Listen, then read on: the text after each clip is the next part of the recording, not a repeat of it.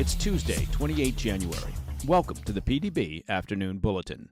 I'm Mike Baker, your eyes and ears on the world stage. All right, let's get briefed.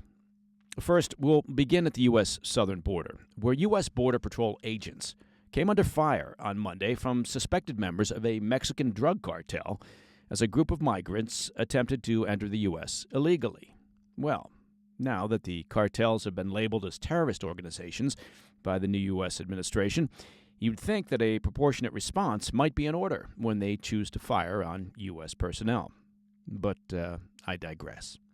Later in this afternoon's episode, we'll discuss President Trump's plans to build a new comprehensive air defense system for the U.S., modeled after Israel's Iron Dome system. But first, our afternoon spotlight. With President Trump's crackdown on the U.S. southern border in full swing, the drug cartels that helped facilitate the migration crisis have started violently lashing out at American border agents. On Monday, 4 suspected members of a Mexican cartel were captured on video opening fire on U.S. Border Patrol agents who were attempting to stop a group of migrants from entering the U.S. illegally. The incident unfolded in broad daylight around 1:30 p.m. along the southern border near Fronten Island, Texas, which is unofficially known as Cartel Island. That's due to the high level of criminal activity seen in the area, and that's according to a report from Fox News. The suspected cartel members opened fire just as a group of migrants attempted to cross the Rio Grande. The migrants were reportedly stopped, and border agents promptly returned fire on the cartel members, sending the heavily armed gunmen running for cover. The agents subsequently deployed a drone to track the 4 gunmen, who officials said were spotted, quote, fleeing Mexico due to a military presence and seeking refuge on an island between the U.S. and Mexico. The footage reportedly showed the 4 men walking along a riverbank and seeking cover from the drone in shrubs. Several were seen repeatedly aiming their weapons directly at the drone. While authorities were unable to apprehend the gunmen, no injuries were reported to the border agents. The incident comes as the Trump administration marches forward with their efforts to curb illegal immigration and fortify the southern border. Now, as we've been tracking here on the PDB, the Trump administration has already shut down all crossings along the U.S.-Mexico border, effectively suspending access for migrants seeking asylum in the U.S. Refugee and parole admissions have also been suspended, and Trump has ended the Biden-era catch-and-release policy that allowed apprehended illegal migrants to go free inside U.S. borders. Border authorities have also been granted expanded enforcement powers under a process called, quote, expedited removal, which allows the deportation without a court hearing of any migrant who can't prove that they've been in the U.S. for longer than 2 years.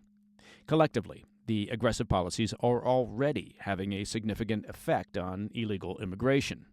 According to an analysis by Fox News, illegal migrant encounters have dropped by 35% over the first week of the Trump administration when compared to the final days of the Biden administration.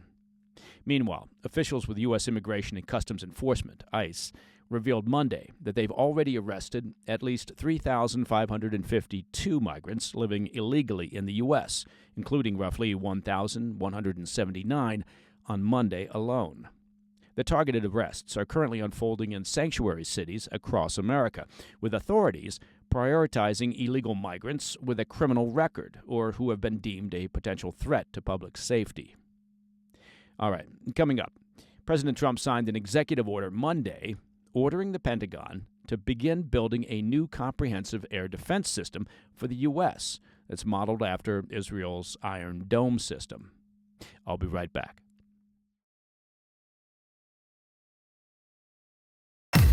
Welcome back to the Afternoon Bulletin. On Monday evening, President Trump signed an executive order directing the Pentagon to begin the immediate development of an Iron Dome-style missile defense system.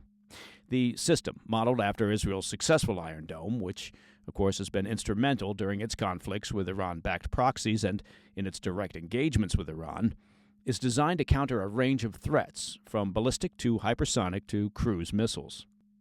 The system development plans to incorporate space-based and other intercept technologies, leveraging recent advances in missile defense capabilities. While the U.S. has never faced a missile attack of this nature, the White House argues that the threat has been looming for decades.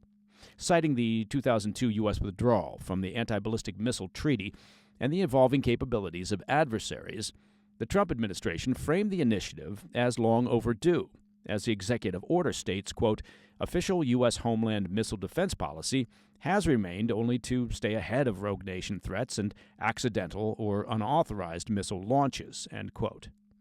Trump's push for an American Iron Dome system builds on promises made during his 2024 campaign, where he pledged to create a, quote, state-of-the-art missile defense shield made in the USA.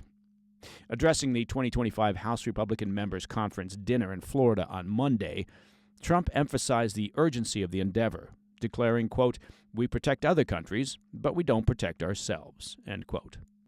This marks a dramatic pivot for U.S. defense priorities. Despite providing over $2.6 billion in funding for Israel's Iron Dome since 2011, the U.S. has not pursued a similar system domestically, until now. Trump's directive evokes comparisons to President Ronald Reagan's Cold War-era Strategic Defense Initiative, commonly known as Star Wars. While Reagan's program failed due to technological limitations, Trump asserts that advances in, quote, phenomenal technology, as demonstrated by Israel's system, now make a comparable U.S. defense system feasible. During his campaign, Trump vowed that by next term, we'll build a great Iron Dome over our country, and he framed the project as both a national security imperative and an opportunity to bolster domestic manufacturing. The timing of the executive order, coinciding with Defense Secretary Pete Hegseth's first day on the job, underscores the Trump administration's commitment to modernizing military capabilities in line with the Republican Party's 2024 platform to, quote, ensure our military is the most modern, lethal, and powerful force in the world, end quote. While ambitious in scope, the executive order does leave critical details unanswered, including budgetary constraints and project timelines. But despite these uncertainties, Trump's executive order does represent a clear effort to reshape the nation's defense posture. And that, my friends, is the PDB Afternoon Bulletin for Tuesday, 28 January. If you have any questions or comments, please reach out to me at pdb@thefirsttv.com. And don't forget, not that I'd let you, but if you'd like to listen to the show ad-free, well, simply become a premium member of the President's Daily Brief by visiting pdbpremium.com. I'm Mike Baker, and I'll be back tomorrow. Until then, stay informed, stay safe, stay cool. Hey, thanks for tuning in. If you enjoyed this video, don't forget to hit that like button and leave a comment, a really positive, nice, and kind comment. That would be appreciated. And if you're not already subscribed to our channel, make sure to subscribe and turn on notifications so you don't miss any of our daily updates.